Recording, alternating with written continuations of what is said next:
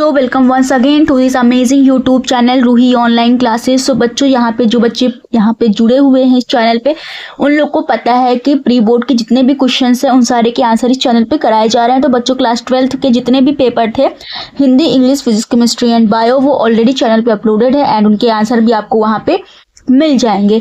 अब बारी है क्लास 10th की, जहाँ पे हम लोग अब देखेंगे डेली एक एक सब्जेक्ट्स के क्वेश्चन देखेंगे और उनके साथ ही साथ हम लोग आंसर भी सॉल्व करेंगे, जहाँ पे आपको एक ही चैनल पे सारे सब्जेक्ट्स के आंसर आपको कराए जाएंगे। तो बच्चों, विदाउट वेस्टिंग योर सेकेंड, यहाँ पे अब हम लोग स्टार्ट करते हैं। हमारा आज का जो सब्जेक्ट है वो है सामाजिक विज्ञान, मतलब सोशल साइंस है, जो कि 2025 मतलब कि 2025 का जो बच्चों ने क्लास 10th में एडमिशन लिया था और अभी वो उनका प्री बोर्ड चल रहा है, तो उनका ये प्री बोर्ड के सारे क्वेश्चन है जिसका कोड आप स्क्रीन पे देख सकते हैं।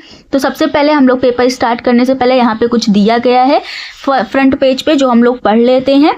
तो यहाँ पे आपको बच्चों समय दिया गया है जो कि है 3 घंटे 15 मिनट का। तो बच्चों यहाँ पे नोट दिया गया है, first 15 minute are allotted for the candidate to read the question paper. तो शुरुआत के जो 15 मिनट है वो दिया गया है बच्चों को प्रश्न पत्र पढ़ने के लिए। तो बच्चों, यहाँ पे अब नीचे दिया गया है निर्देश। यहाँ पे बहुत सारे पूरे फ्रंट पेज पे सब यही दिया गया है, तो आप इसको पढ़ लीजिएगा, लेकिन एक बार यहाँ पे देख लेते हैं क्या लिखा है। सभी प्रश्न अनिवार्य है, तो यहाँ पे जितने सारे प्रश्न आपको आगे मिलेंगे सबको अपने बोर्ड पेपर में या फिर प्री बोर्ड में करना है। तो बच्चों, ये प्री बोर्ड के जो हो रहे हैं, ये यूपी बोर्ड जब आपका बोर्ड एग्जामिनेशन मेन वाला होगा तो उसी से मतलब कि उसी बेस पे जैसे उसका मॉडल रहता है उसी मॉडल पेपर के हिसाब से पूरा इसको बनाया गया है। तो आप इसकी प्रिपरेशन बोर्ड एग्जामिनेशन के लिए भी अपने कर सकते हैं। तो यहाँ पे जो दूसरा आपको दिया गया है निर्देश, सभी प्रश्न पत्र के 2 खंड आ तथा ब है। तो यहाँ पे 2 खंडों में पेपर बटा हुआ है। खंड आ में 20 अंक के बहुविकल्पीय प्रश्न दिए गए हैं, जो कि आपको OMR उत्तर पत्रक पर नीले अथवा काले पॉइंट बॉल पॉइंट कलम से ही विकल्प, मतलब कि इसमें पूरी लाइन आप पढ़ लेना। बोला जा रहा है कि जो आपको शुरुआत में 20 बहुविकल्पीय प्रश्न मिले हैं उनके सारे आंसर करने के लिए आपको OMR शीट दिया जाएगा, जिसपे आपको गोला लगाना है, ना कि उसको आपको आंसर शीट पे आंसर लिखना। ओके, तो ये सारे जो भी दिए गए हैं आप इसको पढ़ लीजिएगा, क्योंकि इसको टाइम वेस्ट मैं नहीं करना चाहती, क्योंकि वीडियो एंड में बहुत ही लंबी हो जाती है। और ये वीडियो पॉज करके अगर आप पहले से ही इसको पढ़ना चाहते हैं और आपकी स्कूल में भी प्री बोर्ड का एग्जामिनेशन नहीं हुआ है और आप चाहते हैं कि पहले से कुछ आप प्रिपरेशन कर लें कुछ क्वेश्चंस का, तो आप इसको पढ़ लीजिएगा ताकि आपका वहाँ टाइम वेस्ट ना हो। सो बच्चों, हम लोग स्टार्ट करते हैं हमारा आज का प्रश्न। तो बच्चों, नेक्स्ट पेज पे आप देख सकते हैं जो अभी हम लोग पीछे इंस्ट्रक्शन मतलब निर्देश देखे थे पूरा हिंदी में, वही यहाँ पे पूरा इंग्लिश में दिया गया। तो जो बच्चे यूपी बोर्ड इंग्लिश मीडियम से पेपर देंगे इंग्लिश में, उनके लिए है ये सारी चीज़ें पढ़ने के लिए। तो यहाँ पे आपको जो क्वेश्चन मिलेगा वो भी इंग्लिश और हिंदी दोनों में होगा, तो आप जिसमें सुटेबल है आप उसमें अपना आंसर कर सकते हैं। तो बच्चों, यहाँ पे पार्ट ए है, खंड आ है, जिसमें हम लोग को बहुविकल्पीय प्रश्न करना है, मल्टीपल चॉइस टाइप क्वेश्चंस करनी है। तो यहाँ पे निर्देश दिया गया है कि निर्देश दिए गए प्रश्नों के प्रत्येक प्रश्न के 4 विकल्प दिए गए हैं, सही विकल्प चुनकर उसे OMR उत्तर पत्रक पर चिन्हित करें। इसको OMR में भरना है, ना कि आपको उत्तर पुस्तिका में करना है। तो बच्चों, यहाँ पे आपका पहला क्वेश्चन है, फ्रांस की क्रांति कब हुई थी। सो बच्चों, यहाँ पे आपको इस क्वेश्चन को सॉल्व करने के लिए आपको 4 ऑप्शन दिया गया है एंड यहाँ पे अपना पहला ऑप्शन जो आपका रहेगा 1788 ईस्वी है, दूसरा है 1789 ईस्वी, तीसरा है 1600 ईस्वी और चौथा है 1787 ईस्वी। तो बच्चों, जिस बच्चे का पेपर है क्वेश्चन पेपर उसने करेक्ट आंसर किया है यहाँ पे 1789 ईस्वी ही होगा इसका करेक्ट आंसर। तो यहाँ पे नीचे क्वेश्चन दिया गया, when did the French revolution take place मतलब कि यहाँ पे इसका बस हिंदी में इंग्लिश में पूछा गया, ऊपर हिंदी में पूछा गया है। तो जो बच्चे जिस मीडियम से बिलोंग करते हैं वो अपना आंसर उसी मीडियम में दे सकते हैं। अब हम लोग देखेंगे हमारा आगे का प्रश्न। तो बच्चों, यहाँ पे जो क्वेश्चन इतने सारे आप देख रहे हैं सामने, उसके मार्क्स भी दिए गए हैं, एक नंबर के सारे क्वेश्चन है। तो हमारा जो दूसरा प्रश्न है वो है, जर्मन के एकीकरण का जनक कौन था। 4 ऑप्शन है, नेपोलियन, हिटलर, बिस्मार्क, मुसोलिनी। तो बच्चों, इस क्वेश्चन का जो करेक्ट आंसर हो जाएगा और जो अपने आप लोग अपने एग्जाम में किए भी होंगे, वो है आपका ऑप्शन नंबर 3। तो इसका जो करेक्ट आंसर है वो है बिस्मार्क। आफ्टर दैट बच्चों, यहाँ पे आपका जो तीसरा क्वेश्चन है वो है, भारत का पहला लौह इस्पात संयंत्र कहाँ स्थापित किया गया था। तो यहाँ पे पूछा जा रहा है, आपका जो क्वेश्चन है वो है, where was India's first iron and steel plant established. तो इसका पहला ऑप्शन है कानपुर, दूसरा ऑप्शन है मुंबई, थर्ड ऑप्शन है जमशेदपुर और चौथा ऑप्शन है आपका अहमदाबाद। और अगर आप इसका करेक्ट आंसर देंगे तब आपको 1 नंबर मिलेगा। तो बच्चों यहाँ पे जो आपका इस क्वेश्चन का जो करेक्ट आंसर हो जाएगा वो हो जाएगा आपका जमशेदपुर, मतलब कि ऑप्शन नंबर 3 आपका करेक्ट आंसर है। अब हम लोग देखेंगे हमारा चौथा क्वेश्चन। अंतरराष्ट्रीय विश्व बैंक की स्थापना कब हुई थी, मतलब कि when was international world bank established. यहाँ पे 4 ऑप्शन दिया गया, 1945, 1994, 1992, 1944। सो बच्चों आई होप आप लोगों ने ये सारे क्वेश्चन करेक्ट किए होंगे एंड साथ ही साथ आप अपने आंसर को मैच भी करते चलिएगा, जिससे आप काउंट कर सकते हैं आपको प्री बोर्ड में कितने मार्क्स मिल सकते हैं। तो बच्चों इसका करेक्ट आंसर हो जाएगा 1994 में। अब हमारा बच्चों जो 5th क्वेश्चन है वो है विश्व में आर्थिक महामंदी कब आई। तो इसका जो पहला ऑप्शन है वो है 1920, दूसरा ऑप्शन है 1929, थर्ड ऑप्शन है 1919 एंड फोर्थ ऑप्शन है आपका 1890। तो बच्चे इसका जो करेक्ट आंसर हो जाएगा वो है 1929। एंड नीचे इसका सेम इंग्लिश में दिया गया इंग्लिश वर्जन है, when did the great economic depression occurs in the world, मतलब विश्व में आर्थिक महामंदी कब आई थी। तो इसका भी जो करेक्ट आंसर इंग्लिश मीडियम के बच्चों हैं उनका भी सेम ही होगा। अब यहाँ पे हमारा जो 6th क्वेश्चन है वो है कॉर्न लॉ किस देश से संबंधित है। तो ऐसा कौन सा देश है जहाँ पे कॉर्न लॉ चलता है। तो उसका पहला ऑप्शन है जर्मनी, दूसरा ऑप्शन है संयुक्त राष्ट्र अमेरिका, मतलब यूएसए की बात की जा रही है, तीसरा है फ्रांस और चौथा है ब्रिटेन। सो बच्चों यहाँ पे नीचे आप देख सकते हैं इसका जो 6th क्वेश्चन इसका इंग्लिश वर्जन है। तो जो बच्चे इंग्लिश मीडियम से बिलोंग करते हैं तो वो इंग्लिश में अपना क्वेश्चन पढ़ सकते हैं। To which country is corn law related. So बच्चों इसका जो करेक्ट आंसर हो जाएगा वो हो जाएगा option number D, Britain. After that बच्चों यहाँ पे जो हमारा 7th क्वेश्चन है वो है हिंदी है, जिसका पहला ऑप्शन है राज्य भाषा, दूसरा ऑप्शन है राष्ट्रभाषा, तीसरा ऑप्शन है राजभाषा, चौथा ऑप्शन है क्षेत्रीय भाषा। तो बच्चों इसका जो करेक्ट आंसर हो जाएगा वो हो जाएगा option number C. And next page पे इसका हमारा मिल जाएगा English version. And I hope आप लोगों को ये सारे क्वेश्चन करेक्ट होंगे एंड इस क्वेश्चन को भी सॉल्व करने में आपको अच्छा लगा होगा। तो बच्चों यहाँ पे अब हम लोग देखेंगे हमारा अगला प्रश्न। सो बच्चों अब आप यहाँ पे देख सकते हैं इसका इंग्लिश वर्जन यहाँ पे दिया गया है। अब हमको यहाँ पे अब हमारा 8वां प्रश्न देखना है। तो बच्चों आप स्क्रीन पे देख सकते हैं और अपना पेपर सॉल्व करते रहिए साथ में। यहाँ पे जो आपका 8th क्वेश्चन है वो है जनसंघ की स्थापना हुई थी। तो यहाँ पे पूछा गया है किस वर्ष में हुई थी। तो आपको 4 ऑप्शन दिया गया है, पहला है 1951, दूसरा है 1972, तीसरा है 2014 एंड आपका लास्ट है, आप लोग स्क्रीन पे देख सकते हैं। उसके बाद ये इसमें जो आपका करेक्ट आंसर हो जाएगा वो हो जाएगा आपका फर्स्ट ऑप्शन 1951। ओके, उसके बाद यहाँ पे नीचे दिया गया है आपका 8th क्वेश्चन इंग्लिश में, जनसंघ वॉज फाउंडेड इन, इसी तरह सेम आपको 4 ऑप्शन दिया गया 1951, 1972, 2014 and 1919।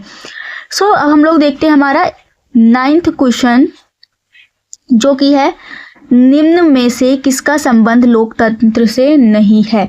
So your first option is जनमत, सेकंड ऑप्शन इज राजनीतिक दल, थर्ड ऑप्शन इज उत्तरदायी शासन, फोर्थ ऑप्शन इज बहुसंख्यकों का शासन। सो बच्चे इसमें ऑप्शन जो आपको दिया गया 4, इस क्वेश्चन आप इसका क्वेश्चन अच्छे से देखिए, उसमें पूछा क्या गया निम्न में से किसका संबंध लोकतंत्र से नहीं है। तो बच्चे इसको ध्यान से पढ़ना आप लोग, यहाँ पे नहीं पूछा गया है। ओके, तो आपको जो नहीं है वो करेक्ट करना है। So your correct option is बहुसंख्यकों का शासन। ओके, उसके बाद हमारा नीचे 9th क्वेश्चन है जो कि इंग्लिश में दिया गया है, इंग्लिश मीडियम के बच्चों के लिए।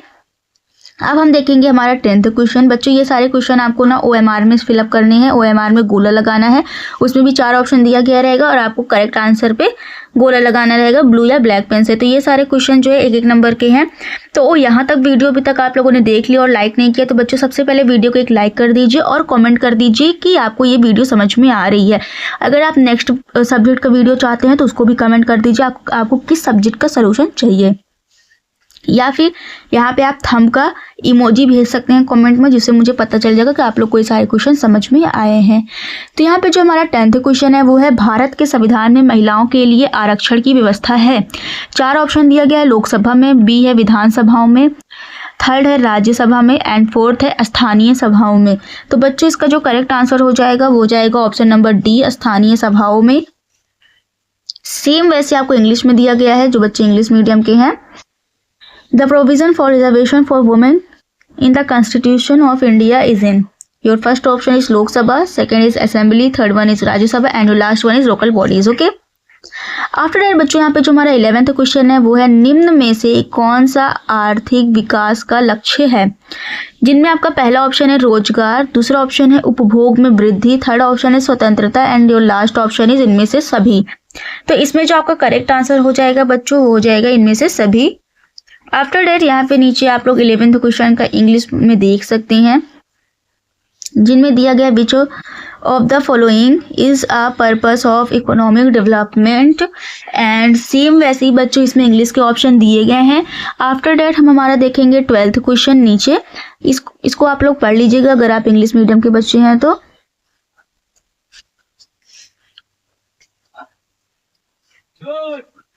सो बच्चों हमारा जो 12th क्वेश्चन है वो है तृतीय क्षेत्र का व्यवसाय है, जिनमें सबसे पहला ऑप्शन है बैंकिंग, दूसरा ऑप्शन है पशुपालन, तीसरा ऑप्शन है कार के कल पुर्जे निर्माण और उसके बाद आपका जो चौथा ऑप्शन है वो है कपास बुनना। तो इसका जो करेक्ट आंसर हो जाएगा option number A banking. Okay, ये आपका करेक्ट आंसर है। अब हम देखेंगे हमारा आगे का क्वेश्चन, क्योंकि बच्चों आपको OMR में सॉल्व करने के लिए 20 प्रश्न दिए जाएंगे। तो अभी बच्चों हमारा केवल 12 प्रश्न हुआ है, इसी तरह में 20 प्रश्न को सॉल्व करना है। तो बच्चों यहाँ तक अगर आप लोगों ने इसको देख लिया है तो सबसे पहले इसको आप अपने बेस्ट फ्रेंड के साथ शेयर कर दीजिएगा ताकि वो लोग को भी इसके सारे आंसर पता चल जाएं। एंड बच्चों इसके जो वीडियो है एक बार पहले मैंने अपलोड कर दिया है लाइव पे, जो बच्चे लाइव पे जुड़े थे वो वाले सारे देखे हैं, उन लोगों को पता होगा। उसमें थोड़ा नेटवर्क इशू था जिनके वजह से सारे फोटोज जिसमें क्वेश्चन पेपर के नहीं आ पाए थे, तो यहाँ पे इसलिए मैंने फिर इसको री अपलोड किया है। अब की यहाँ पे लाइव में नहीं, आपकी मैं रिकॉर्डेड फॉर्म में इसको अपलोड करूँ ताकि आप इसके सारे आंसर एक जगह पे सॉल्व कर सकें। सो बच्चों यहाँ पे जो हमारा 12th क्वेश्चन है वो है a profession of tertiary sector is, मतलब कि इसका क्वेश्चन जो अभी हम लोगों ने पहले देखा था हिंदी में वही है। 4 ऑप्शन दिए गए, banking, animal husbandry, manufacturing, car components and weaving cotton. तो इसका करेक्ट ऑप्शन हो जाएगा बैंकिंग, अभी आप लोगों ने देखा था। और 13th क्वेश्चन अब हम लोग देखते हैं, निम्नलिखित में से कौन अनौपचारिक साख को नियंत्रित करता है। तो यहाँ पे पहला ऑप्शन है आपका RBI, सेकेंड ऑप्शन इज वित्त मंत्री, थर्ड ऑप्शन इज कर्जदार and your last and final option is इनमें से कोई नहीं। तो बच्चे इसका जो करेक्ट आंसर हो जाएगा इनमें से कोई नहीं। नीचे इंग्लिश में दिया गया, आप पढ़ लेना। अब हम लोग स्टार्ट करते हैं हमारा 14th क्वेश्चन, जो कि है निम्नलिखित में से कौन अंतर्राष्ट्रीय व्यापार का अवरोधक है। तो यहाँ पे पहला ऑप्शन दिया गया है आयात कर, दूसरा है घरेलू व्यापार को संरक्षण, सी ऑप्शन यहाँ पे देख सकते हैं A और B दोनों, एंड डी ऑप्शन है इनमें से कोई नहीं। तो बच्चों इसका जो करेक्ट आंसर है वो जाएगा ऑप्शन नंबर सी। ओके, इनमें A और B दोनों। नीचे दिया गया है फिर से इंग्लिश में, which one of the following is a barrier of international trade, your first option is import duty. तो इसका भी सेम आंसर हो जाएगा both A and B, and ये ऑप्शन नंबर सी होगा बच्चों। अब हमारा नेक्स्ट प्रश्न देखेंगे जो कि हमारा 15th क्वेश्चन है, उपभोक्ता के शोषण का एक रूप है, जिनमें पहला ऑप्शन है मिलावटी वस्तुएं, दूसरा है अनुचित कीमत लेना, तीसरा है कम वजन तौलना और थर्ड इसमें आपका फोर्थ ऑप्शन है इनमें से सभी। सो बच्चों इसका जो करेक्ट आंसर हो जाएगा ऑप्शन नंबर डी, इनमें से सभी। ऐसे ही नीचे हमारा दिया गया है इंग्लिश में, a form of consumer exploitation is, 4 option दिया गया जिनमें करेक्ट ऑप्शन हो जाएगा ऑल ऑफ दीज। अब हम देखेंगे हमारा 16th क्वेश्चन जो है, संपूर्ण उत्तरी मैदान बना है। उत्तरी मैदान किससे बना है, यहाँ पे दिया गया है कुछ मिट्टियों के बारे में, जैसे कि पहला है जलोढ़ मृदा से, B है काली मृदा से, C है लैटेराइट मृदा से और D है मरुस्थलीय मृदा से। तो बच्चों इसका जो करेक्ट आंसर हो जाएगा वो जाएगा आपका ऑप्शन नंबर A, जलोढ़ मृदा से। ओके, सेम एज यहाँ पे आपको दिया गया इंग्लिश में, whole northern plains are made of, 4 option दिया गया है, alluvial soil, black cotton soil, third option is laterite soil, D है डेजर्ट सॉइल। तो बच्चों आप सबको पता है पहला ऑप्शन ही करेक्ट होगा। अब हम लोग हमारा आगे का क्वेश्चन देखने वाले हैं। फाइनली बच्चों हम लोगों ने 16th क्वेश्चन मतलब 16 क्वेश्चन हम लोग कंप्लीट कर चुके हैं। अब हमें 17th क्वेश्चन सॉल्व करना है, जो कि है निम्नलिखित में से कौन वन संसाधनों के सिकुड़ने का कारण नहीं है। फिर से बच्चों यहाँ पे प्रश्न ध्यान से पढ़ना, नहीं है पूछा गया है। इनमें पहला ऑप्शन दिया गया है कृषि क्षेत्रफल में वृद्धि, दूसरा ऑप्शन दिया गया है वाणिज्य वानिकी में वृद्धि, तीसरा ऑप्शन दिया गया है खनन क्रियाओं में वृद्धि एंड चौथा ऑप्शन दिया गया है आरक्षित वनों का विस्तार। तो इसका करेक्ट ऑप्शन हो जाएगा आपका ऑप्शन नंबर 4, आरक्षित वनों का विस्तार। सेम ऐसे ही नीचे इंग्लिश में दिया गया है एंड आपका आंसर सेम ही रहेगा इंग्लिश और हिंदी दोनों मीडियम वालों के लिए बच्चों। तो यहाँ पे अब हम देखेंगे हमारा 18th क्वेश्चन, जो कि है निम्नलिखित में से कौन भारत में रोपड़ फसल का उदाहरण नहीं है। पहला ऑप्शन दिया गया है गन्ना, दूसरा ऑप्शन दिया गया है केला, तीसरा ऑप्शन है धान एंड चौथा ऑप्शन है कॉफी। तो बच्चे यहाँ पे जो आपका करेक्ट ऑप्शन हो जाएगा वो होगा ऑप्शन नंबर सी, धान। ओके, अब हम लोग देखेंगे हमारा 19th क्वेश्चन, जो कि है निम्नलिखित में से कौन खनिज उद्योग है। पहला ऑप्शन दिया गया है चीनी उद्योग, तीसरा ऑप्शन यहाँ पे आप देख सकते हैं ए और बी दोनों एंड दूसरा ऑप्शन है पेट्रो रसायन उद्योग, चौथा ऑप्शन है इनमें से कोई नहीं। तो इसमें पूछा गया निम्नलिखित में से कौन खनिज, ओके, मिनरल इंडस्ट्री के बारे में। तो इसका जो करेक्ट ऑप्शन होगा वो जाएगा आपका ऑप्शन नंबर बी, पेट्रो रसायन उद्योग।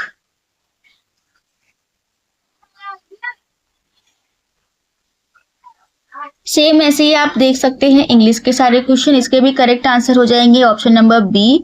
अब हम लोग देखेंगे हमारा 20 क्वेश्चन, 20वां क्वेश्चन अब हम लोग देखेंगे, जिसमें पूछा जा रहा है स्वर्णिम चतुर्भुज योजना संबंधित है। स्वर्णिम चतुर्भुज योजना संबंधित है। पहला ऑप्शन है स्वर्ण खनन से, दूसरा है महाराजमार्ग विकास से, सी है रेल परिवहन के विकास से, डी है बाघों के संरक्षण से। सो बच्चों यहाँ पे हमारा 20 क्वेश्चन पूरा कंप्लीट हो गया है और ये जो क्वेश्चन है सारे इनको आप लोगों को अपने OMR में फिलअप करना था। नीचे आप ये सारे इंग्लिश के क्वेश्चन देख सकते हैं। तो बच्चों यहाँ पे पूरा OMR मैंने आपको कंप्लीट करा दिया है। तो अभी तक आप लोगों ने वीडियो को नहीं लाइक किया और यहाँ तक लगातार वीडियो देख रहे थे तो बच्चों वीडियो को एक लाइक कर दीजिए और कमेंट में आप थंब का एक्सप्रेशन भेज दीजिएगा, जिससे मुझे पता चल जाएगा कि आप लोगों को ये सारा लेक्चर अच्छे से समझ में आ गया है। अब हम लोग यहाँ पे अपना आंसर देख लेते हैं एंड अभी तक आप लोगों ने वीडियो को शेयर नहीं किया है तो एटलीस्ट एक लोगों के पास, मतलब ऐसे एक फ्रेंड्स के पास आपको ये वीडियो शेयर करनी है जिसको ये वीडियो हेल्पफुल हो सकती है। मतलब कोई आपका बहुत ही करीबी और बेस्ट फ्रेंड है जिसको चाहते हो आप लोग कि उसकी भी मदद हो जाए थोड़ी सी, तो आपको बस उसी के पास भेजना है, ओके, सिर्फ एक फ्रेंड के पास। तो देखते हैं वो आपका एक फ्रेंड कौन है। तो अब यहाँ पे आपका जो 20वां प्रश्न है वो है स्वर्णिम चतुर्भुज योजना संबंधित है। तो इसका जो करेक्ट आंसर है मैं आपको बता दे रही हूँ, आपका है ऑप्शन नंबर बी, महाराजमार्ग विकास से। तो यहाँ पे आपका 20 प्रश्न पूरा हो गया। सो बच्चों जो यहाँ पे इतनी देर तक पेशेंसली बिना वीडियो को स्किप करके बैठे थे उनको कांग्रेट्स और थैंक्स, ओके, क्योंकि आप लोग के अंदर इतना पेशेंस था कि आप लोग पूरा अच्छे से क्वेश्चन को समझते हुए और सॉल्व करते हुए चले। तो जिन बच्चों का पहले ही पेपर प्री बोर्ड हो चुका है और ये पेपर आया था तो उनके लिए तो बहुत ही ज़्यादा बेनिफिट हो चुका है कि उनको सारे आंसर यहाँ पे मिल जा रहे हैं। लेकिन जो बच्चों का भी एग्जामिनेशन नहीं हुआ है तो उनके लिए और भी हेल्पफुल हो सकता है, शायद इससे रिलेटेड आपका पेपर कुछ आपके एग्जाम में आ जाए, ओके। तो आप इन सारे क्वेश्चंस को भी अपने एग्जाम के लिए तैयार कर लीजिएगा, क्योंकि आफ्टर ऑल ये तो आपके सिलेबस का ही है। तो सिलेबस से रिलेटेड जितने भी क्वेश्चन है आपके लिए पूरा हेल्पफुल हो सकता है और आप इनको तैयार भी कर सकते हैं। अब हम लोग देखेंगे यहाँ पे हमारा खंड का कंप्लीट हो गया है। अब हम लोग देखेंगे हमारा खंड खा। तो बच्चों अब यहाँ पे हमारा खंड बा शुरू हो जाता है, पार्ट बी, जो कि है डिस्क्रिप्टिव क्वेश्चंस, जिसमें आपको सभी प्रश्नों के उत्तर 80 शब्दों में देना है और आपको इसको लिए 4 नंबर मिलेगा, 4 मार्क्स मिलेगा। एंड यहाँ पे बच्चों है आपका पहला प्रश्न, भारत की आर्थिक तथा राजनीतिक स्थिति पर प्रथम विश्व युद्ध के प्रभावों का उल्लेख करें। तो मैं आपको इसका आंसर बता दे रही हूँ बोल के, और आप इसको लिख भी सकते हैं। मैं आराम से बोलूंगी और आप इसको साथ ही साथ लिख भी सकते हैं। तो बच्चों आप इनके आंसर में लिख सकते हैं, प्रथम विश्व युद्ध का भारत की आर्थिक और राजनीतिक स्थिति पर गहरा प्रभाव पड़ा, जिससे देश में असंतोष बढ़ा और स्वतंत्रता आंदोलन को बल मिला।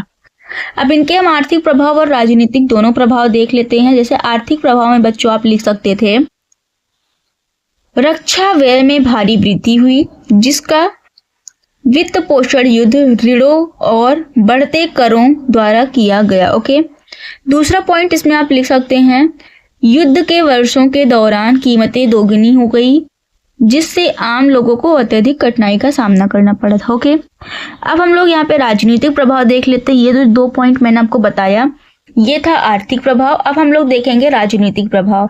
तो बच्चों, राजनीतिक प्रभाव में आप लिख सकते हैं, ब्रिटिश सरकार द्वारा युद्ध में योगदान के बदले में अधिक संवैधानिक अधिकार देने के वादे पूरे नहीं हुए, जिससे भारतीयों में असंतोष बढ़ा। इसमें बताया जा रहा है कि ब्रिटिश सरकार ने युद्ध में योगदान के बदले में अधिक संवैधानिक अधिकार देने के वादे पूरे नहीं किए, मतलब कि उन्होंने जो वादा किया था उसको पूरा नहीं किया था। और दूसरा जो पॉइंट है वो है, युद्ध के बाद लौटे सैनिकों ने जनता के मनोबल को बढ़ाया और राष्ट्रीय चेतना का उदय हुआ। तो ये आपको मैंने समझा दिया अच्छे से। अगर आप नोट्स बनाना चाहते हैं तो आप बना सकते हैं। अब आपका अगला प्रश्न जो है बच्चों, अथवा करके दिया गया है और जिनमें पूछा गया आर्थिक महामंदी के 2 प्रमुख कारणों का उल्लेख कीजिए। इसको भी आपको करने पे आपको 4 नंबर मिलेगा, 2 + 1 2 4। एंड बच्चों, लेकिन यहाँ पे आपको एक बात ध्यान रखनी है, यहाँ पे केवल एक प्रश्न आपसे करना है, चाहे आप ये वाला ऊपर वाला करें चाहे नीचे वाला करें, क्योंकि इसमें अथवा दिया गया है। अगर आपको कहीं भी प्रश्न में अथवा मिल जाए तो आपको केवल एक ही प्रश्न करना है, ना कि दोनों प्रश्न करना। तो ये बात का आप ध्यान रखेंगे। ओके, लेकिन मैं आपको यहाँ पे दोनों प्रश्नों के उत्तर बता देती हूँ। आर्थिक महामंदी के 2 प्रमुख कारणों का उल्लेख कीजिए। तो बच्चों, यहाँ पे आप आर्थिक महामंदी के प्रमुख 2 कारण आप देख सकते हैं। जैसे कि पहला कारण मैं आपको बता दे रही हूँ, 1929 का शेयर बाजार का पतन। ओके, ये पहला हो गया पॉइंट। लेकिन इस पॉइंट में मतलब ये हेडिंग है और इस हेडिंग में आप लिख सकते हैं, अमेरिका के न्यूयॉर्क स्टॉक एक्सचेंज में शेयरों की कीमत में भारी गिरावट आई, जिससे निवेशकों का विश्वास टूट गया और लाखों लोगों को भारी नुकसान हुआ था। दूसरा आप लिख सकते हैं, बैंकिंग संकट, मतलब कि व्यापक बैंक विफलताएं हुई, जिससे हजारों बैंक बंद हो गए और लोगों की जमा पूंजी भी डूब गई। ये हो गई आर्थिक महामंदी। तो यहाँ पे आपका ये मैंने अच्छे से समझा दिया और आपका ये कंप्लीट होता है बच्चों। अब हम लोग हमारा देखेंगे आगे का जो प्रश्न दिया गया होगा। तो इंग्लिश में दिया गया है बच्चों, आप इसके देख सकते हैं। अब लेकिन हमें देखना है हमारा दूसरा प्रश्न। तो यहाँ पे बच्चों हमारा जो दूसरा प्रश्न है इसको भी अथवा करके दिया गया। ये आपके लिए एक बोनस हो सकता है, प्लस पॉइंट, कि आपको 2 ऑप्शन दिए जा रहे हैं। यहाँ पे आप ये भी कर सकते हैं या फिर ये।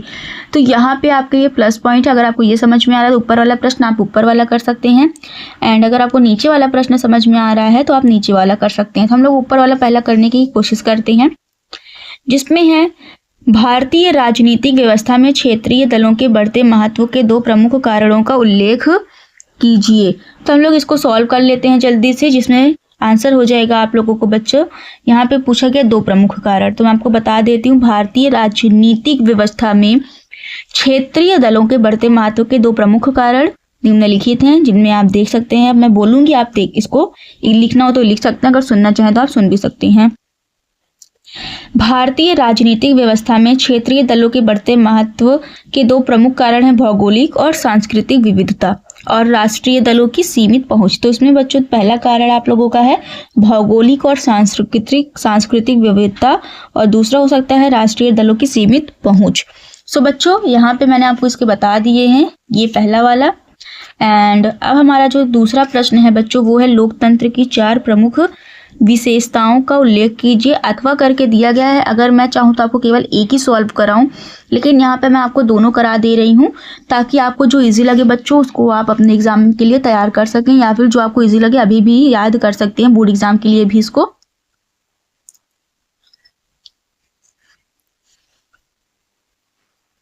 तो बच्चों यहाँ पे आपकी जो पहली विशेषता हो सकती है वो है जनता द्वारा चुने गए प्रतिनिधियों का शासन। मैं आपको हेडिंग अच्छे से समझा दे रही हूँ, आप अंदर का लिख लीजिएगा उस हेडिंग में। जैसे इसमें पहला है, जनता द्वारा चुने गए प्रतिनिधियों का शासन, जिसमें आप लिख सकते हैं लोकतंत्र में अंतिम निर्णय लेने की शक्ति जनता द्वारा स्वतंत्र रूप से चुने गए प्रतिनिधियों के पास होती है। इसको आप लिख सकते हैं। दूसरा आपका जो कारण हो सकता है या फिर विशेषता हो सकती है वो है स्वतंत्र और निष्पक्ष चुनाव। तीसरा आपका विशेषता है यहाँ पे वयस्क मताधिकार और समान मतमूल। और चौथा है कानून का शासन और अधिकारों का सम्मान। ये आपका चौथा विशेषता थी। यहाँ पे बच्चों आपका ये कंप्लीट होता है आपका दूसरा प्रश्न। एंड यहाँ पे अब हम लोग देखेंगे, हमारा देख सकते हैं नीचे ये पूरा इंग्लिश में दिया गया है, इसका हमें नहीं देखना है। अब हमारा यहाँ पे है तीसरा प्रश्न। ओके बच्चों, ये भी 4 नंबर का है। इनमें से अगर आप ये वाला करेंगे फिर भी आपको 4 नंबर मिलेगा, अगर ये वाला करेंगे फिर भी 4 नंबर मिलेगा, अगर दोनों करेंगे फिर भी 4 नंबर मिलने वाला, क्योंकि इसमें आपको केवल एक ही करने बोला गया, अथवा करा है। तो अथवा में आपको भाई यहाँ पे कोई एक ही क्वेश्चन करना रहता है, 2 नहीं करना रहता, क्योंकि आप कर भी लेंगे ना तो आपको वही मार्क्स मिलेंगे 4 नंबर जो आप एक करेंगे। लेकिन कोई भी एक करिए, सही करिए, जो आपको एकदम एग्जैक्ट आंसर पता हो, आपको वही क्वेश्चन सॉल्व करने हैं। ओके बच्चों, तो यहाँ पे बच्चों अब हम लोग देखते हैं हमारा जो थर्ड क्वेश्चन लिखा है वो है परिवहन क्षेत्र का विकास किस देश के परिवहन क्षेत्र का विकास देश के विकास में कैसे सहायक हो सकता है, इसके किन्हीं 2 लाभ बताइए। ओके बच्चों, यहाँ पे लिखा गया परिवहन क्षेत्र का विकास देश के विकास में कैसे सहायक हो सकता है, इसके किन्हीं 2 लाभ बताइए। मतलब यहाँ पे हमें बताना है कि जो परिवहन होता है उससे विकास में क्या लाभ है, कैसे लाभ है, 2 लाभ बताना है। और दूसरा इसमें है अयस्क क्या होता है, भारत में लौह अयस्क की 2 प्रमुख पेटियां कौन कौन सी होती हैं, ये आपको बताना है। तो सबसे पहले हम लोग ऊपर वाला प्रश्न देखते हैं, परिवहन क्षेत्र का विकास। तो मैं आपको बोल रही हूँ या समझा रही हूँ, आप इसको अगर नोट्स बना रहे हैं बच्चों तो वहां पे आप इसको लिख सकते हैं। तो बच्चों यहाँ पे अब हम लोग इसको देखते हैं, इसमें आप लिख सकते हैं परिवहन क्षेत्र का विकास देश के आर्थिक, सामाजिक और सांस्कृतिक विकास में महत्वपूर्ण भूमिका निभाता है। यह वस्तुओं, सेवाओं और लोगों के सुगम आवागमन को सुनिश्चित करता है, जिससे उत्पादन, व्यापार और रोजगार के अवसर बढ़ते हैं। मतलब कोई भी चीज जो होती है बच्चों उसको लाने और ले जाने में बहुत ही हेल्पफुल होता है परिवहन जो होता है। यह वस्तुओं और सेवाओं के और लोगों के सुगम आवागमन को निश्चित करता है। आने जाने, अगर आपको कहीं आना है जाना है तो ये जो परिवहन होता है इसे आने जाने में बहुत ही ज़्यादा हेल्पफुल करता है, बहुत ज़्यादा मदद करता है। और इसमें जैसे कि विकास में सहायक में आप देख सकते हैं आर्थिक विकास होता है, रोजगार सृजन होता है। मतलब जैसे आर्थिक विकास का मतलब आप समझ सकते हैं बेहतर परिवहन साधन कच्चे माल और तैयार उत्पादों को तेजी से बाजार तक पहुंचाते हैं, जिससे व्यापार बढ़ता है और देश की अर्थव्यवस्था मजबूत होती है। मतलब उसको फैक्ट्री से जैसे कोई चीज़ बन रही है तो उनको मार्केट तक लेके आने का भी काम करता है। तो आई होप बच्चों परिवहन क्षेत्र आप लोगों को अच्छे से समझ में आ गया होगा। दूसरा बच्चों यहाँ पे हमारा प्रश्न है अयस्क। तो यहाँ पे बच्चों अयस्क क्या होता है, भारत में लौह अयस्क की 2 प्रमुख पेटियां कौन सी हैं। सो बच्चों अभी तक मैंने लगातार पूरा 20 OMR और इसमें जो अथवा करके भी प्रश्न है वो सारे मैंने करा दिए हैं, तो वीडियो बहुत ज़्यादा लंबी ना हो जाए इसलिए बच्चों यहाँ पे अथवा में जो है उसको मैं नहीं करा रही। जो पहला प्रश्न है उसको मैंने अच्छे से समझा दिया। अगर आप इसको करना चाहते हैं तो आप अपने नोट से कर सकते हैं। अगर आपको इसमें कोई दिक्कत है बच्चों तो आप कॉमेंट में बता देना कि मैम क्वेश्चन नंबर 3 का अथवा वाला बता दीजिए, पार्ट B का। तो अगर आप लिख देंगे तो मैं इसके लिए आपके लिए सेपरेट वीडियो लेके आ जाऊंगी। लेकिन अभी यहाँ पे मैं केवल एक ही क्वेश्चन करा रही हूँ, तो जहाँ जहाँ मैं एक क्वेश्चन कराऊँ अगर आपको अथवा वाले में कोई भी दिक्कत रहे तो आप कमेंट सेक्शन में पूछ सकते हैं। एंड अब हम लोग देखते हैं हमारा आगे का क्वेश्चन। ओके बच्चों, सो बच्चों अब यहाँ पे आप इसका इंग्लिश वर्जन देख सकते हैं जो लिखा है how does development of transportation sector help to the development of the country, right any 2 benefits of its. And इसका और करके दिया गया है what are the ores which are the 2 important belts of iron ores in India.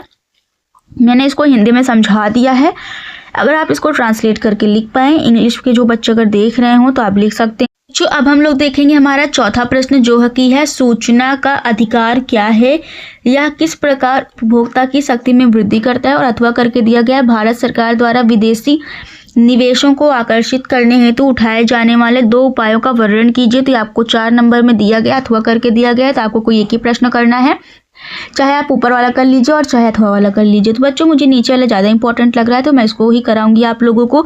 तो इसका जो answer है आप लिख सकते हैं कि भारत सरकार विदेशी निवेश आकर्षित करने के लिए कई उपाय करती है। और यहाँ पे आपको मैं 2 उपाय बता दे रही हूँ क्योंकि यहाँ पे आपसे 2 उपाय ही पूछा गया है। तो बच्चों पहला उपाय जो है वो है विदेशी निवेश के लिए अनुकूल नीतियाँ बनाना, जिसके अंतर्गत आप लिख सकते हैं सरकार विदेशी निवेश को प्रोत्साहित करने के लिए नीतिगत सुधार करती है, जैसे कि विभिन्न क्षेत्रों में 100% प्रत्यक्ष विदेशी निवेश की सीमा बढ़ाना और नियमों को सरल और लचीला बनाना। ये आपका पहला उपाय हो गया। दूसरा हो सकता है विशेष आर्थिक क्षेत्र और निवेश प्रोत्साहन योजनाएं। तो इसके अंतर्गत आप लिख सकते हैं बच्चों सरकार विशेष आर्थिक क्षेत्रों का निर्माण करती है जहां करों में छूट, मतलब करों का मतलब होता है बच्चों टैक्स, जहां टैक्स में छूट, बेहतर बुनियादी ढांचा और अन्य प्रोत्साहन दिए जाते हैं ताकि विदेशी कंपनियां यहां निवेश करें। तो ये आपका हो गया यहाँ पे वर्णनात्मक मतलब डिस्क्रिप्टिव फर्स्ट कंप्लीट, जो कि 4 नंबर के थे सारे। अब हम लोग देखेंगे डिस्क्रिप्टिव सेकंड, जहाँ पे आपको 150 शब्दों में आंसर लिखना है। एंड यहाँ पे जितने भी प्रश्न हम लोग सॉल्व करेंगे बच्चों सब कुछ यहाँ पे 6 नंबर का रहेगा। यहाँ पर भी अथवा करके दिया गया है, 2 प्रश्न दिए गए हैं, इनमें से कोई एक ही प्रश्न आपको करना है, जिनमें से बच्चों आपका जो पहला प्रश्न है वो है भारत में राष्ट्रवाद के उदय के प्रमुख कारणों का उल्लेख कीजिए। एंड यहाँ पे जो आपका दूसरा प्रश्न है वो है फ्रांस की क्रांति के प्रमुख कारणों का वर्णन कीजिए। ओके बच्चों, तो यहाँ पे मैं आपको दोनों प्रश्न करवा दूंगी, अथवा करके दिया गया है, बट यहाँ पे मैं आपको दोनों प्रश्नों का उत्तर करवा दूंगी और आपको जो आसान लगे आप उसको अपने एग्जाम में लिख सकते हैं। तो यहाँ पे सबसे पहला अब हम लोग देखेंगे भारत में राष्ट्रवाद के उदय के प्रमुख कारण ब्रिटिश औपनिवेशिक शासन के प्रति असंतोष, पश्चिमी शिक्षा का प्रभाव, सामाजिक धार्मिक सुधार आंदोलन, प्रेस व साहित्य की भूमिका और राजनीतिक एकीकरण थे। आप लोग फिर से एक बार सुन लीजिए। भारत में राष्ट्रवाद के उदय के प्रमुख कारण ब्रिटिश औपनिवेशिक शासन के प्रति असंतोष, पश्चिमी शिक्षा का प्रभाव, सामाजिक धार्मिक सुधार आंदोलन, प्रेम व साहित्य की भूमिका और राजनीतिक एकीकरण थे। अब इसमें बच्चों आपसे प्रमुख कारण पूछे गए हैं, तो मैं आपको 2 कारण बता देती हूँ, जिसमें पहला कारण है ब्रिटिश शासन की शोषणकारी नीतियां। इनके अंतर्गत आप बच्चों लिख सकते हैं मतलब कि जो ब्रिटिश शासन की शोषणकारी नीतियां थी, इसमें आप लिख सकते हैं अंग्रेजों की आर्थिक, सामाजिक और राजनीतिक नीतियों ने भारतीयों में असंतोष पैदा किया जिससे वे एकजुट हुए थे। दूसरा प्रभाव मतलब दूसरा कारण आप लिख सकते हैं पश्चिमी शिक्षा का प्रभाव, मतलब किसमें आधुनिक शिक्षा के प्रसार ने भारतीयों में स्वतंत्रता, समानता और देशभक्ति की भावना जागृत की, जिससे उनका सोचने समझने का तरीका बदला। ठीक है ना बच्चों, ये हमारा कंप्लीट हो गया है, आप इसको देख सकते हैं। अब हम लोग देखेंगे हमारा 6th क्वेश्चन, जिसपे आपसे पूछा गया है भारत की संघात्मक शासन व्यवस्था की प्रमुख विशेषताओं का उल्लेख करें। और यहाँ पे बच्चों यहाँ पे जो अगला प्रश्न है वो है सांप्रदायिकता से आप क्या समझते हैं, किस प्रकार भारतीय समाज के लिए हानिप्रद है। इसको समझाने से पहले 6th वाला हम लोग फ्रांस की क्रांति के कारण देख लेते हैं, क्योंकि मैंने आपको बोला था कि मैं आपको दोनों समझाऊंगी, अथवा वाला भी। तो बच्चों यहाँ पे आप लिख सकते हैं फ्रांस की क्रांति के प्रमुख कारण थे जिन्हें निम्नलिखित बिंदुओं में समझा जा सकता है। मैं आपको नीचे कुछ पॉइंट्स बताऊंगी और उसको आपको ध्यान में रखना है, जैसे राजनीतिक कारण बताऊंगी, सामाजिक कारण, आर्थिक कारण और दार्शनिक की भूमिका, ये 4 कारण आपको बताएंगे। यहाँ पे बच्चों जो पहला था राजनीतिक कारण, उसमें आप लिख सकते हैं 18वीं शताब्दी में फ्रांस में निरंकुश राजाशाही थी। राजा लुई 16वें के शासनकाल में अत्यधिक युद्धों के कारण देश की आर्थिक स्थिति खराब हो गई थी। ओके, दूसरा सामाजिक कारण में बच्चों आप लिख सकते हैं फ्रांसीसी समाज विशेषाधिकार प्राप्त और अधिकार विहीन वर्गों में बटा हुआ था। कुलीन वर्ग और पादरी करों से मुक्त थे, जबकि आम लोगों पर इसका पूरा बोझ पड़ता था। जो टैक्स था वो आम लोगों पर तो था, लेकिन कुलीन था और पादरी वर्ग, इन लोगों पर टैक्स नहीं था। तो बच्चों ये मैंने आपको समझा दिया फ्रांसीसी क्रांति। और इसमें अगर आप और लिखना चाहें तो इनके आर्थिक कारण भी लिख सकते हैं, दार्शनिक की भूमिका भी लिख सकते हैं। तो उतना डीपली आप अपने सिलेबस में पढ़ लीजिएगा। जो अब हमारा 6th क्वेश्चन है बच्चों, भारत की संघात्मक शासन व्यवस्था, इसका आंसर आप देख सकते हैं। मैं आपको बता रहा हूँ भारत की संघात्मक शासन व्यवस्था की प्रमुख विशेषताओं में पहला था 2 स्तर की सरकारें। मतलब कि 2 स्तर की सरकारों का मतलब होता है भारत में कम से कम 2 स्तर की सरकारें हैं, जैसे केंद्र सरकार और राज्य सरकार। दूसरा इसमें विशेषता है शक्तियों का विभाजन, मतलब कि केंद्र और राज्यों के बीच शक्तियों का स्पष्ट विभाजन संविधान में 3 सूचियों, मतलब कि संघ सूची, राज्य सूची और समवर्ती सूची के माध्यम से किया गया है। तीसरा है लिखित और सर्वोच्च संविधान, मतलब कि भारतीय संविधान लिखित है और यह देश का सर्वोच्च कानून है जो केंद्र और राज्य सरकारों दोनों पर बाध्यकारी है। सो बच्चों, सांप्रदायिकता से आप क्या समझते हैं, इसको आप स्वयं से कर लीजिएगा, जस्ट बिकॉज वीडियो बहुत ज़्यादा लंबी हो जाएगी अगर मैं सब कुछ एक क्वेश्चन कराने लग जाऊंगी। जो यहाँ पे 1-2 क्वेश्चन मैं छोड़ रही हूँ, बस अभी तक 2 ही क्वेश्चन अभी तक मैंने छोड़े हैं या फिर 3 क्वेश्चन, उसको आप स्वयं से कर लीजिएगा। लेकिन अथवा में है तो मैंने एक क्वेश्चन आपको परमानेंटली करा दिया है। जो अथवा करके है, मतलब ज़रूरी भी नहीं है उसको ही, बस मैंने आप लोगों को आपके लिए छोड़ा है। सो बच्चों, अब आप देख सकते हैं स्क्रीन पे हमारा 7वां क्वेश्चन। तो बच्चों, अभी हमारा सारा क्वेश्चन खत्म होने वाला है, लेकिन अभी तक आप लोगों ने वीडियो को लाइक नहीं किया है तो सबसे पहले वीडियो को एक लाइक कर दीजिए। और आपको जो टास्क दिया गया था, आई होप आप लोगों ने इसको कंप्लीट कर लिया होगा। अभी तक वो जो टास्क था आप लोगों का, वो था कि आपको ये वीडियो सिर्फ आपके एक बेस्ट फ्रेंड के पास शेयर करना है। मतलब कि वैसे तो आपके बहुत सारे फ्रेंड्स होंगे, लेकिन आप जिसके पास ये वीडियो शेयर कर दिए तो वो आपका बेस्ट फ्रेंड होगा। और शेयर करते टाइम आपके दिमाग में जो सबसे पहला फ्रेंड का नाम आएगा वही आपका बेस्ट फ्रेंड होगा। 2 फ्रेंड के पास आप नहीं शेयर कर सकती हैं, सिर्फ एक फ्रेंड के पास। इस तरीके से आपका चेकिंग भी हो जाएगी कि अगर आपके दिमाग में जो पहला नाम आ रहा है वो आपका ही बेस्ट फ्रेंड है। ओके, 2 के पास नहीं शेयर कर सकते आप। ओके, केवल एक फ्रेंड के पास शेयर करना है। तो देखते हैं आज कौन से फ्रेंड के पास आप शेयर करते हैं। ओके, अपने फ्रेंड का नाम भी बताइएगा आप लोग। तो यहाँ पे जो आपका 7वां क्वेश्चन है, हम लोग उसको अब देख लेते हैं, जो कि है अर्थव्यवस्था के 3 क्षेत्र कौन कौन से हैं। भारत के आर्थिक विकास के साथ साथ विभिन्न क्षेत्रों की संरचना में हुए परिवर्तनों का वर्णन कीजिए। तो बच्चों, यहाँ पे आपसे पूछा गया है 3 क्षेत्रक के बारे में। तो मैं आपको बता देती हूँ, इसमें प्राथमिक क्षेत्रक होता है, द्वितीयक क्षेत्रक होता है और तृतीयक क्षेत्रक होता है। तो प्राथमिक क्षेत्रक में बच्चों कृषि, खनन और वानिकी जैसे प्राकृतिक संसाधनों के प्रत्यक्ष दोहन से जुड़ी गतिविधियां शामिल है। एंड द्वितीयक क्षेत्रक में बच्चों यहाँ पे प्रसंस्करण और निर्माण से संबंधित है, जो कच्चे माल को तैयार माल में परिवर्तित करता है। और तृतीयक क्षेत्रक में बच्चों ये सेवा क्षेत्र के रूप में भी जाना जाता है। इसमें बैंकिंग, शिक्षा, स्वास्थ्य सेवा और परिवहन जैसी सेवाएं प्रदान की जाती हैं। अभी बहुविकल्पी में भी आया था ना तृतीयक क्षेत्रक कौन सा, तो उसमें बैंकिंग करेक्ट ऑप्शन था। अब बच्चों यहाँ पे है, इसका आगे भी प्रश्न पूछा गया है, आर्थिक विकास के साथ साथ विभिन्न क्षेत्रकों की संरचना में परिवर्तन। मतलब कि यहाँ पे जो दूसरा इसमें प्रश्न है उसका उत्तर हो जाएगा, भारत के आर्थिक विकास के साथ इन क्षेत्रकों की संरचना में महत्वपूर्ण परिवर्तन हुए, जैसे प्राथमिक से तृतीयक की ओर बदलाव, तृतीयक क्षेत्र का प्रभुत्व, बुनियादी सेवाओं की बढ़ती मांग। तो ये आपका आंसर हो गया सारा। बच्चे क्वेश्चन आप खुद से कर लेना, अथवा करके दिया गया है तो मैं एक करा रही हूँ। यहाँ पे बच्चों अब हम लोग देखेंगे हमारा 8वां प्रश्न।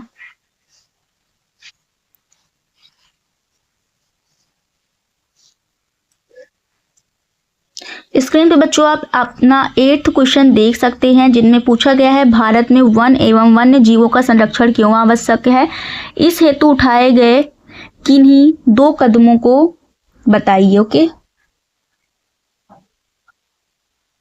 दूसरा है भारत में प्रचलित किन्हीं 3 प्रमुख कृषि के प्रकारों का संक्षिप्त परिचय दीजिए। तो यहाँ पे मैं आपको दोनों प्रश्न करा दूंगी, ये वाला भी और ये वाला भी। ओके, यहाँ पे बच्चों इसका आंसर मैं बता रही हूँ पहला 8th का, कि भारत में वन एवं वन्य जीवों का संरक्षण पर्यावरण संतुलन बनाए रखने, जैव विविधता की रक्षा करने और मानव जीवन के लिए आवश्यक है। ये तो मैंने बता दिया क्यों आवश्यक है, मैंने इसको बता दिया क्यों आवश्यक है। अब आगे का देखते हैं। भारत में वन और वन्य जीवों का संरक्षण कई कारणों से आवश्यक है, जैसे पारिस्थितिक संतुलन के लिए, जैव विविधता की रक्षा के लिए और मानव जीवन के लिए। ये तो आपका आंसर हो गया। आगे बच्चों इसमें भारत में प्रचलित किन्हीं 3, नेक्स्ट क्वेश्चन है ये, भारत में प्रचलित किन्हीं 3 प्रमुख कृषि के प्रकारों का संक्षिप्त परिचय दीजिए। तो यहाँ पे भारत में प्रचलित कृषि के 3 प्रमुख प्रकारों का संक्षिप्त परिचय आपको बता देते हैं। जो पहला है निर्वाह खेती है, दूसरा है संचित कृषि, तीसरा है वाणिज्यिक कृषि। मतलब कि निर्वाह खेती जो होती है, यह खेती का सबसे पुराना रूप है, जिसमें फसलें मुख्य रूप से किसान के परिवार के उपभोग के लिए उगाई जाती है, बाजार में बेचने के लिए बहुत ही कम या बिल्कुल भी उत्पादन नहीं किया जाता। तो इसको आपको रखा गया है निर्वाह खेती के अंतर्गत। ओके, 3 पूछा गया है तो यहाँ पे पहला हो गया। अब हम लोग देखेंगे दूसरा है बच्चों सिंचित कृषियों के, इरिगेटेड एग्रीकल्चर जिसे बोलते हैं। इसमें आप लिख सकते हैं यह कृषि प्रकार उन क्षेत्रों में होता है जहां पानी की उपलब्धता या सिंचाई के माध्यम से सुनिश्चित की जाती है, जैसे मुख्य फसलें होती हैं धान, गेहूं, गन्ना आदि के। अब बच्चों हमारा यहाँ पे 2 हो गया। अब हम लोग देखेंगे तीसरा जो कि है वाणिज्यिक कृषि। इसमें आप लिख सकते हैं बच्चों इस प्रकार की कृषि का मुख्य उद्देश्य व्यावसायिक होता है, यानी उत्पादों को बाजार में बेचना। इसमें बड़े पैमाने पर एक ही फसल उगाई जाती है, जैसे चाय, कॉफी, कपास और गन्ना। सो बच्चों आप यहाँ पे इंग्लिश के भी सारे क्वेश्चंस देख सकते हैं। एंड यहाँ पे बच्चों आपको पता होना चाहिए कि यहाँ पे आपका ये कंप्लीट होता है पूरा थ्योरेटिकल पार्ट। अब हमारा जो आगे है वहाँ पे अब हम लोग देखेंगे हमारा मैप के सारे क्वेश्चंस हैं। ओके, जो मैप आपको मिलेगा, मानचित्र मिलेगा एग्जामिनेशन में आपको। एग्जाम में एक तो क्वेश्चन पेपर ये जो आप देख रहे हैं ये मिलेगा, ये क्वेश्चन पेपर सॉल्व करने के लिए, एंड इसके सारे आंसर करने के लिए आपको आंसर शीट मिलेगा। जो हम लोगों ने 20 बहुविकल्पी किया उसको सॉल्व करने के लिए OMR अलग से दिया जाएगा। आफ्टर दैट जो अभी हम लोग मैप सॉल्व करेंगे उसको सॉल्व करने के लिए आपको अलग से मैप दिया जाएगा, जो कि मैप बना होगा, आपको सिर्फ आंसर उसमें करना रहेगा। तो आप इसका स्क्रीनशॉट ले सकते हैं बच्चों। एंड अब हम लोग अपना स्टार्ट करेंगे आगे का पार्ट जो कि मैप वाला है। मानचित्र रिलेटेड प्रश्न जितने हैं उनको देखेंगे। तो बच्चों आप यहाँ पे देख सकते हैं ऊपर लिखा है मानचित्र संबंधी प्रश्न। निर्देश दिया गया है प्रश्न संख्या 9A तथा 9B मानचित्र से संबंधित है। आपको 9th A यहाँ पे देख सकते हैं, 9th B अभी मैं आपको दिखा दूंगी, आप उसको भी देख लेंगे।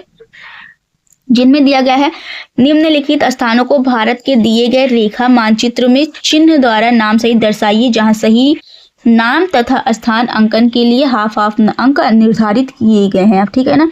तो बच्चों यहाँ पे मैं आपको सारे आंसर बता दूंगी। तो अभी मेरे पास मैप नहीं है, नहीं तो मैं आपको मैप में इंडिकेट करके बता देती कि आपको कैसे अपने एग्जाम में उसको फिलअप करना है। बट आप लोग इतना इंटेलिजेंट है कि आप कर सकते हैं। मैं आपको इसका आंसर बता दे रही हूँ। वह स्थान जहां पूर्ण स्वराज का की मांग का प्रस्ताव पारित हुआ था, तो इसका करेक्ट आंसर हो जाएगा लाहौर। तो आपको मैप मिलेगा, तो लाहौर जहां पे भी होता है वहां पे आपको इंडिकेट मतलब कि ऐसा आपको चिन्ह बनाना और लिख देना है लाहौर। दूसरा क्वेश्चन है वह स्थान जहां दिसंबर 1920 में कांग्रेस का अधिवेशन हुआ था। तो आपको बताना है, स्थान बताना, वो जगह बतानी है। तो इसका सही आंसर हो जाएगा नागपुर। तो मैप में जहां पे भी नागपुर होता है आपको वहां पे नागपुर इंडिकेट करके आंसर लिखना है। तीसरा है वह जनपद जहां जलियांवाला बाग हत्याकांड हुआ था। तो जो जलियांवाला बाग हत्याकांड हुआ था बच्चों वो हुआ था अमृतसर में। तो आप मैप में अमृतसर जहां रहे वहां पे ऐसे इंडिकेट करके आप आंसर कर देना। फोर्थ है वह स्थान जहां आनंद भवन स्थित है। तो ये है प्रयागराज, मतलब कि पहले नाम था इलाहाबाद, अभी प्रयागराज नाम से जाना जाता है। पांचवा प्रश्न है बच्चों वह स्थान जहां सूती मिल श्रमिकों ने पहला सत्याग्रह किया था। तो वो स्थान है अहमदाबाद। सेम ऐसे ही बच्चों नीचे इंग्लिश में क्वेश्चन दिया गया है, जो इंग्लिश मीडियम के बच्चे हैं वो देख सकते हैं। थोड़ी देर आप वीडियो को रोक लेना, पॉज कर लेना और सारे क्वेश्चन को देख लेना, और आंसर मैंने ऑलरेडी बता दिया है। अब आप 9th B वाला क्वेश्चन देख लीजिए जल्दी से, फिर वीडियो को एंड करते हैं। सो बच्चों ये 9th B के क्वेश्चन है, आप देख सकते हैं। दिए गए भारत के रेखा मानचित्रों में निम्नलिखित स्थानों को चिन्ह द्वारा नाम सहित दर्शाइए। पश्चिमी भारत स्थित एक सॉफ्टवेयर टेक्नोलॉजी पार्क चिन्ह द्वारा नाम सहित। ये सारे क्वेश्चन है, आप स्वयं से आप इसको पढ़ लीजिएगा। सेम ऐसे ही नीचे इसका इंग्लिश में दिया गया है, और लास्ट में आपको कुछ दिया गया है जो आप पढ़ सकते हैं। केवल दृष्टिबाधित परीक्षार्थियों के लिए मानचित्र कार्यों के विकल्प के रूप में, मतलब कि only for visually impaired examines in leave of map work नीचे दिया गया, आप इसको पढ़ लेना। सो बच्चों यहाँ पे अब हम लोग वीडियो को एंड करते हैं। एंड आज की वीडियो आप सबके लिए कैसी थी, भी हेल्पफुल थी या फिर नहीं थी? वीडियो अच्छी लगी हो तो बच्चों सबसे पहले वीडियो को लाइक ज़रूर करें। एंड आपको मैंने जो टास्क दिया था आई होप आप लोगों ने अभी तक उसको कंप्लीट कर दिया होगा। तो बच्चों मिलते हैं हमारे नेक्स्ट वीडियो में। अब आपको बताना रहेगा कमेंट में आपको नेक्स्ट वीडियो कौन से सब्जेक्ट का चाहिए, कौन सा आंसर चाहिए। सो बच्चों वीडियो अच्छी लगी हो फिर से मैं एक बार बोल दे रही हूँ, तो वीडियो को ज़्यादा से ज़्यादा लाइक करें, शेयर करें। एंड ऐसी और अमेजिंग वीडियोज़ के लिए एंड डेली क्वेश्चन प्रैक्टिस करने के लिए चैनल को ज़रूर सब्सक्राइब करिए। Thank you, bye bye.